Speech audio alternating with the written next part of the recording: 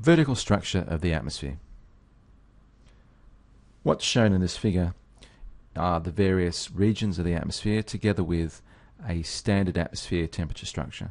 And that standard atmosphere was set down in 1962 by the World Meteorological Organization. Clearly, day to day, the real atmosphere will vary quite widely from this standard atmosphere, but it gives us a handle on the basic structure. The atmosphere is split into various sections.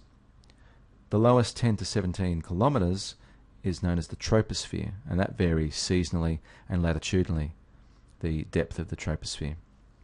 The troposphere is capped off by something known as the tropopause, which is shown here as a region where the temperature does not increase or decrease. It's roughly constant with height. What you can see in the troposphere on average is the temperature decreases with height.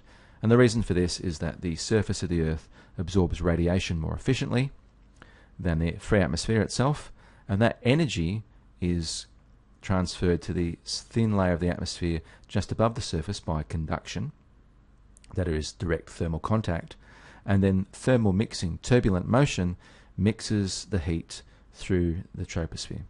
So the temperature decreases through height. And it's in the troposphere where the weather occurs, and so it's that region of atmosphere that we're most interested in. Sitting above the tropopause is the stratosphere, and that extends to some 50 kilometers. There's some connection to the troposphere via thunderstorms, which transfers a little bit of water vapor up into the stratosphere, but otherwise it's very dry, and atmospheric waves. And then you can see other layers of the atmosphere above that we'll be less interested in a forecasting course, the mesosphere and then the thermosphere, and once you get to the exosphere you're really into free space. The key thing from the previous figure is the rate at which temperature decreases with height. And we're going to define that rate of decrease with height. We're going to call it the lapse rate. The lapse rate will be indicated by the Greek letter gamma, and it's going to be minus partial dt dz.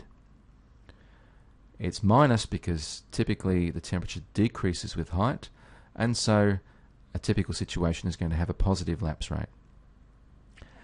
As we'll see later in this course, the lapse rate determines the stability of the atmosphere and the potential for thunderstorm development, for example. When the temperature actually increases with height, the end result is that gamma will be less than 0, that is, we'll have a negative lapse rate, and we refer to that as an inversion.